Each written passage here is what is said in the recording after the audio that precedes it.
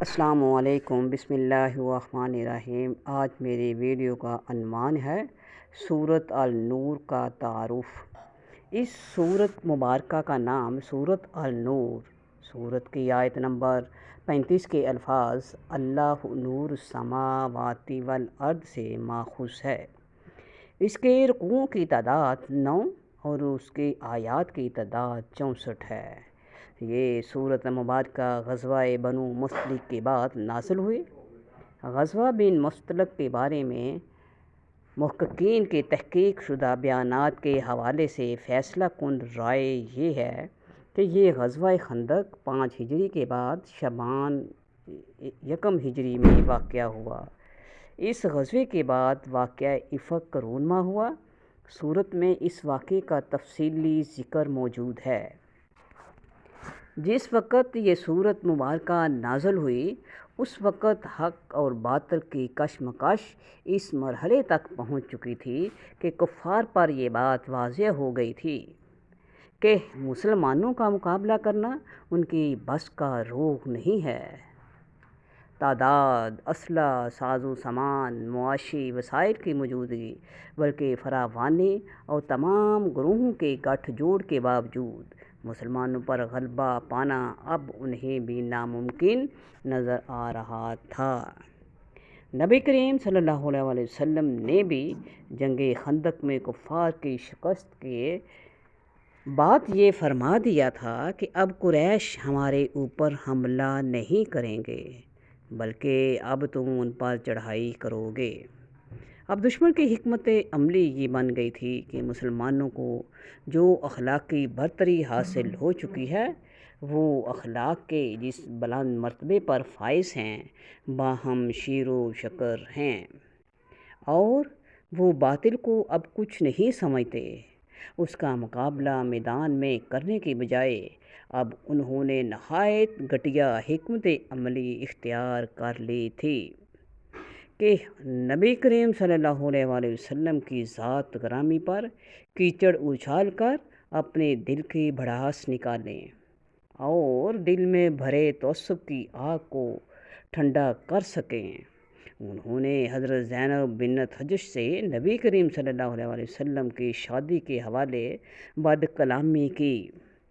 حضرت عائشہ صدیقہ رضی اللہ تعالی عنہا کے حوالے سے واقعہ افق کی آڑ میں حضرت عائشہ صدیقہ، حضور اکرم صلی اللہ علیہ وسلم اور حضرت ابوبکر صدیق رضی اللہ تعالی عنہ کو خاص طور پر اور مسلمانوں کے بے داغ کردار کو عمومی طور پر بدنما کرنے کے لیے نہایت گھٹیا پروپیگنڈا کیا تاکہ تحریک اسلامی کو بدنام کیا جا سکے، لیکن انہیں ہر میدان میں منہ کی کھانی پڑی۔ منافقین نے مسلمانوں کی کردار کشی اور حضور اکرم صلی اللہ علیہ وسلم، آپ کے خاندان حضرت ابوبکر صدیق اور ان کے خاندان کو بدنام کرنے اور بد زبانی کرنے والوں کے عزائم کو اللہ نے خاک میں ملا کر مسلمانوں کی ساکھ اور اخلاقی برتری کو قائم رکھا۔ اللہ تعالیٰ نے منافقین کی ان تمام سازشوں کو ناکام بنا دیا اور اس کے برعکس ان تمام ہستیوں کے احترام کو جزو دین بنا دیا۔ مسلمانوں پر یہ بات لازم ٹھہرا دی گئی کہ وہ خاندان نبوت کے بارے میں کبھی بھی بدگمان نہ ہوں۔ حضرت عائشہ کی برات اور بلند اخلاق سے متعلق آیات کو رہتی دنیا تک قرآن کا حصہ بنا دیا گیا۔ قرآن نے حضور اکرم صلی اللہ علیہ وسلم، حضرت ابوبکر صدیق اور دیگر صحابہ کرام کے بلند اخلاق اور بے داغ کردار پر مہر ثبت کر دی۔ اس سلسلے میں آیات نمبر 11 تا 24 کی بنیادی اہمیت ہے۔ چونکہ لوگوں نے نبی کریم صلی اللہ علیہ وسلم اور آپ کے گھر کے تقدس پر زبانیں کھولی تھیں، اس اعتبار سے بھی نبی کریم اور آپ کے در دولت کے احترام اور وقار کو ہمیشہ کے لیے محفوظ کر دیا گیا، کیونکہ اگر آپ کے وقار اور مقام عرفہ کے بارے میں لوگوں کو کھلی چھٹی دے دی جائے تو اس سے آپ کے مقام اور مرتبے پر حرف آتا ہے۔ لہٰذا اس بات کو ہمیشہ کے لیے جزو ایمان اور جزو قرآن بنا دیا گیا کہ نبی کریم صلی اللہ علیہ وسلم کے بارے میں تمہیں خصوصی آداب کو بجا لانا ہوگا، حتیٰ کہ آپ کو بلاتے ہوئے، آپ سے بات کرتے ہوئے، آپ کے مجلس میں بیٹھتے وقت ہر مقام کے لیے آداب سکھائے گئے ہیں کہ بلانا ہو تو آپ کو بلند آواز سے نہ پکارو، آپ کا اس میں گرامی نہ پکارو، آپ کے سامنے بلند آواز سے باتیں نہ کرو، مجلس میں بلایا گیا ہو تو بلا اجازت اٹھ کر نہیں جا سکتے، غرض تم سے نادانستہ کوئی ایسی حرکت بھی نہ ہونے پائے کہ نبی کریم صلی اللہ علیہ وسلم پر وہ حرکت گراں گزرے۔ آیات نمبر 61 اور 62 اسی سلسلے میں ہیں۔ احترام اور مقام نبوی ہی کا ایک پہلو یہ بھی سورت مبارکہ میں بیان ہوا ہے کہ کسی کے ایمان کو پرکھنے کا معیار یہ ہے کہ اس کے اندر اطاعت نبوی کا کس قدر جذبہ اور شوق موجود ہے۔ مومن کی یہ شان بیان کی گئی ہے کہ اس کا طرز عمل یہ ہوتا ہے کہ جب اسے اللہ اور اس کے رسول کی اطاعت کی طرف بلایا جائے تو وہ فوراً کہہ اٹھتے ہیں سمیعنا، ہم نے سنا، واطعنا، ہم نے اطاعت کی۔ گویا وہ سمع اور اطاعت کے لیے ہمہ وقت تیار ہوتے ہیں۔ اس کے مقابلے میں اگر کوئی اطاعت رسول سے بھاگتا ہے تو وہ سمجھ لے کہ اس میں اس قدر نفاق پایا جاتا ہے۔ فرمایا گیا ہے کہ منافق آپ کی اطاعت سے بھاگتا ہے۔ اس کے ساتھ ہی یہ فیصلہ کر دیا گیا کہ فلاح اور کامیابی نبی کریم صلی اللہ علیہ وسلم کی اطاعت میں ہی مضمر ہے۔ آیت نمبر 47 تا 154 اسی سلسلے میں ہیں۔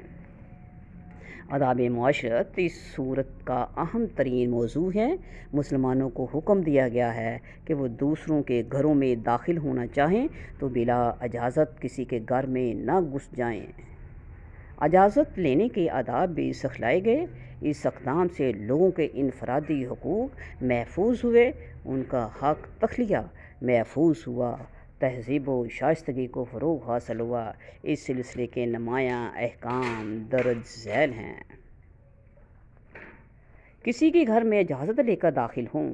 اجازت لینے کے لیے ایک باوقار طریقہ بتلایا گیا۔ کہا گیا ہے کہ لوگوں کے آرام کے اوقات میں ان سے اجازت لیے بغیر کوئی ان کے کمرے میں نہ جائے۔ اس سلسلے میں سورت کی آیات 27 تا 29 اور 58 تا 60 ہیں۔ سورت مبارکہ کے اندر لوگوں کی فکری تطہیر، انہیں کسی ذہنی سے بچانے کے لیے مردوں اور عورتوں کو غض بصر کا حکم دیا گیا ہے۔ ان احکام کے ذریعے اسلام نے ان سوراخوں کو بند کیا ہے جہاں سے دوسروں کے گھر کی خانگی زندگی میں کسی کو جھانکنے اور اس میں سوچنے کا کسی کو موقع ملتا ہے۔ اس سلسلے میں عورتوں کو حکم دیا گیا ہے کہ وہ پردے کا اہتمام کریں۔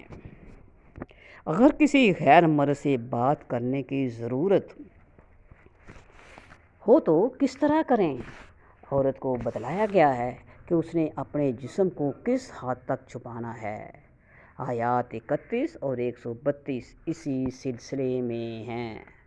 سورت میں آداب معاشرت اور حسن معاشرت کے ایسے سنہرے اصول دیے گئے ہیں کہ جن کی بنیاد پر اگر معاشرہ تشکیل دیا جائے تو وہ یقیناً ایک مثالی معاشرہ بنے گا۔ اس سلسلے میں مسلمانوں کو تلقین کی گئی ہے کہ وہ دوسرے مسلمانوں کے بارے میں حسن ظن رکھا کریں، کسی پر الزام تراشی نہ کریں، اگر حرام کاری دیکھیں تو حتی المقدور اسی کی تشہیر نہ کریں، یا پھر قاضی کے سامنے جا کر گواہ پیش کر کے اسے سزا دلوائیں۔ آیت نمبر 6 اگر کوئی کسی پر الزام تراشی کرتا ہے تو اسے سمجھایا گیا ہے کہ تم سب اسلامی بھائی بھائی ہو، اگر تم میں سے ایک کسی دوسرے پر الزام تراشی کرتا ہے تو گویا وہ اپنے ہی جسم اور اپنے ہی بھائی کے خلاف بولتا ہے۔ گویا اسلامی معاشرہ ایک خاندان کی حیثیت رکھتا ہے۔ مسلمانوں کو پابند کیا گیا ہے کہ اگر ان میں سے کسی مسلم فرد پر کوئی الزام لگاتا ہے تو جب تک اس کی تحقیق موجود نہ ہو اسے جھوٹ سمجھے۔ دوسرے لفظوں میں مومنین کو اپنے دیگر ساتھی مومنین کے کردار کی پختگی کا یقین کامل ہونا چاہیے، اور ایک مومن دوسرے مومن پر لگائے گئے الزام کو بہتان ہی قرار دے۔ آیات 11 تا 18۔ حسن معاشرت کے حوالے سے ہمیں حکم دیا گیا ہے کہ ہم دوسروں سے حسن سلوک کریں اور اس بات کو نہ دیکھیں کہ وہ ہمیں کیا صلہ دیتا ہے، بلکہ یہ اس کے طرز عمل کو ذہن میں رکھے بغیر اس سے احسان کا سلوک کریں۔ اس سلسلے میں حضرت ابوبکر صدیق اور ان کے عزیز مصطح بن اثاثہ کا واقعہ آیت نمبر 22 میں بیان ہوا ہے۔ اسلامی حدود اور ان کے مختصر مسائل کا ذکر بھی ہے۔ ان سزاؤں میں زنا اور قذف کی سزاؤں کا ذکر کیا گیا ہے۔ اس سے قبل زنا کی کوئی باقاعدہ سزا مقرر نہ تھی۔ اب اس صورت کی آیت نمبر 2 میں سزا کا تعین کیا گیا۔ سورۃ النور میں حیا اور شائستگی کے آداب سکھائے گئے ہیں، لیکن اس کے ساتھ قرآن کا حکیمانہ پیرایا یہ ہے کہ وہ ان احکام کے بارے میں واضح کرتا جاتا ہے کہ یہ احکام محض کوئی جبری قوانین نہیں بلکہ ان مقاصد اور ان کی حکمتیں ہیں۔ ان احکام کی حقیقت یہ ہے کہ ان پر عمل کرنے سے خود انسانوں کے ذہن اور ان کی فکر پاکیزہ رہتی ہے، ان کی اپنی اور دوسروں کی گھریلو زندگی تانک جھانک قیاس آرائیوں اور غلط فہمیوں سے محفوظ رہتی ہے، اور یوں معاشرتی زندگی صحت مند اصولوں پر استوار ہوتی ہے۔ اس سلسلے میں گھروں میں اجازت لے کر آنا، نگاہیں نیچی رکھنا، غیر محرموں سے پردہ کرنا کی عمر کو پہنچنے والے کے نکاح کا بندوبست جیسے اقدامات شامل ہیں۔ سورۃ مبارکہ میں اگرچہ اس موضوع پر صرف ایک ہی آیت ہے، تاہم یہ بنیادی اہمیت کا مسئلہ ہے کہ اللہ تعالیٰ نے مومنین کو یہ وعدہ یاد دلایا ہے کہ اگر وہ ایمان لائیں اور نیک اعمال کریں تو اللہ انہیں زمین کی خلافت عطا فرمائیں گے، اور ساتھ ہی تسلی کے لیے فرمایا ہے کہ ہم نے اسے قبل تاریخ کے مختلف ادوار میں صالحین کو خلافت عطا فرمائی بھی تھی۔ بتلایا گیا ہے کہ حکومت الہیہ کے قیام کے نتیجے میں اللہ تعالیٰ خوف، معاشرتی عدم و استحکام کے مقابلے میں امن و استحکام عطا فرماتے ہیں۔ آیت نمبر 55۔ سورت کی آیت نمبر 57 میں فرمایا ہے کہ کافر اس خوش فہمی میں مبتلا نہ رہیں کہ اپنی سازشوں اور اپنی جتھے بندیوں سے مسلمانوں کو عاجز کر دیں گے، بلکہ شکست اور فرار انہی کا مقدر ہے۔ یہ بات ایک طرف کافروں کے لیے کان کھول دینے والی ہے اور دوسری طرف مسلمانوں کے حوصلے بلند کرنے کا بھی ذریعہ ہے کہ وہ کافر سے خواہ مخواہ ڈرے نہ بیٹھے رہیں، وہ ان کا کچھ نقصان نہیں کر سکتے۔ سورۃ مبارکہ میں ایسی تعلیمات بھی موجود ہیں کہ معاشرے کی اخلاقی اقدار کو پامال کرنے والوں کو عبرتناک سزا کا حکم دیا گیا ہے، تاکہ گندے عناصر کو معاشرے سے نکال کر ان کے برے اثرات سے لوگوں کو بچائیں۔ اس سلسلے میں زنا اور قذف کی سزاؤں کا ذکر ہے۔ زنا کی تباہ کاریاں اور اس جرم کے ثبوت، گواہیوں اور اس کی سزا کا ذکر ہے۔ آیت نمبر 2 تا 9۔ باحیا باکردار مسلمانوں کو تلقین بھی کی گئی ہے کہ وہ بدکار عورتوں اور مردوں کو فاصلے پر رکھیں۔ ان کی تقریب در حقیقت بدکاری سے صرف نظر کرنے کے مترادف ہے، لہٰذا ان کے ساتھ کسی طرح کا کوئی راہ و رسم نہیں ہونی چاہیے۔ اس سلسلے میں آیت نمبر 3 اور آیت نمبر 26 قابل ذکر ہیں۔ کافروں کے اعمال کی حقیقت اور آخرت میں ان کی محرومی اور ناکامی، ان کے اعمال کی حقیقت بیان کی گئی کہ کافر محض اندھی تقلید کرتے ہوئے کفر کی راہ اختیار کرتے ہیں اور مختلف قسم کی گمراہیوں کے اندھیرے میں پڑے ہوتے ہیں۔ بتلایا گیا ہے کہ کفار کے اعمال کی حقیقت اسی قدر ہے جیسے سراب بظاہر پانی دکھائی دیتا ہے، لیکن دراصل وہ دھوکہ ہوتا ہے، اس کا کوئی اجر مرتب نہیں ہوتا۔ آیت نمبر 39 اور 40۔ اس کے مقابلے میں اللہ تعالیٰ نے توحید اور اپنے وجود پر دلائل بھی دیے۔ کافر محض توسط کی بنا پر اللہ کی وحدانیت کا انکار کرے تو کرے، لیکن کائنات کی ہر چیز اس کے وجود اور اس کی توحید پر دلالت کرتی ہے۔ اس سلسلے میں آیت 41 تا 46 میں اسی موضوع کے دلائل موجود ہیں۔ حد کسی انتہا اور آخری کنارے دو چیزوں کے درمیان فرق کرنے والی چیز کے لیے بولا جاتا ہے۔ اس کے مفہوم میں روکنے کا معنی بھی پایا جاتا ہے۔ شریعت کی اصطلاح میں حدود ان شرعی سزاؤں کو کہا جاتا ہے جو قرآن اور حدیث کے واضح احکام سے ثابت ہوتی ہیں۔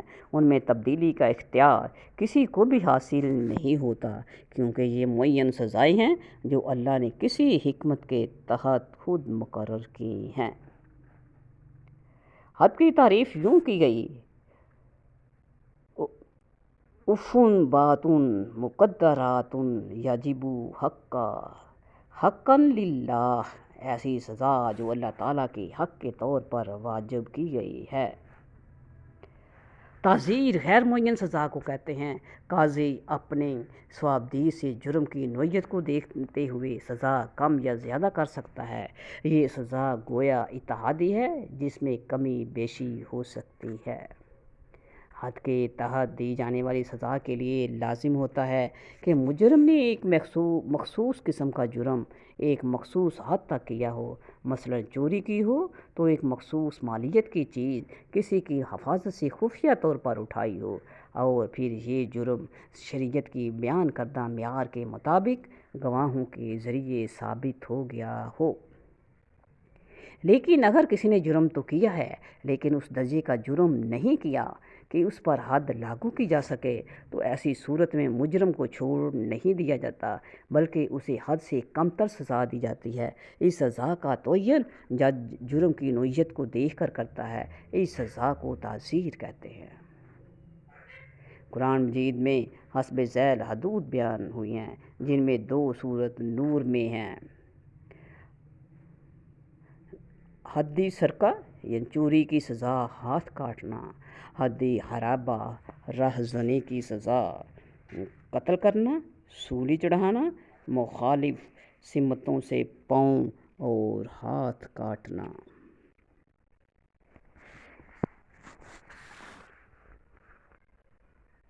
اگرچہ بعض علماء نے حدود کی تعداد مختلف بیان کی ہے۔ علامہ فرید وجدی نے 7 جرائم کو حدود میں شامل کیا ہے۔ ان میں ارتداد، بغاوت، زنا، قذف، سرقہ یعنی کہ چوری، رہ زنی اور شراب۔ فتاویٰ قاضی خان نے اور دیگر کتب میں ان کی تعداد 5 ہے۔ زنا، شراب، تہمت، چوری، رہ زنی۔ زانی اور زانیہ اس عورت اور مرد کو کہا جاتا ہے جو زنا کا ارتکاب کرے۔ زنا کی تعریف یہ کی گئی ہے کہ ایک مرد اور ایک عورت میاں بیوی کے شرعی تعلق کے بغیر ایک دوسرے کے ساتھ باقاعدہ جنسی تعلق قائم کریں اور فریقین عاقل بالغ ہوں اور اس میں کسی طرح کا جبر کار فرما نہ ہو۔ زنا اسلامی معاشرے اور شریعت اسلامہ میں نہایت گھٹیا اور قبیح حرکت قرار دی گئی ہے۔ اس سے گوناگوں معاشرتی، معاشی، اخلاقی اور روحانی خرابیاں پیدا ہوتی ہیں۔ اس لیے اسے بڑے گناہوں یعنی کہ کبیرہ گناہ میں شامل کیا گیا ہے۔ قرآن مجید اور احادیث نبویہ میں اس جرم کی شدید ممانعت اور مذمت کے لیے مختلف طریقے اختیار کیے گئے ہیں۔ وما علینا الا البلاغ المبین۔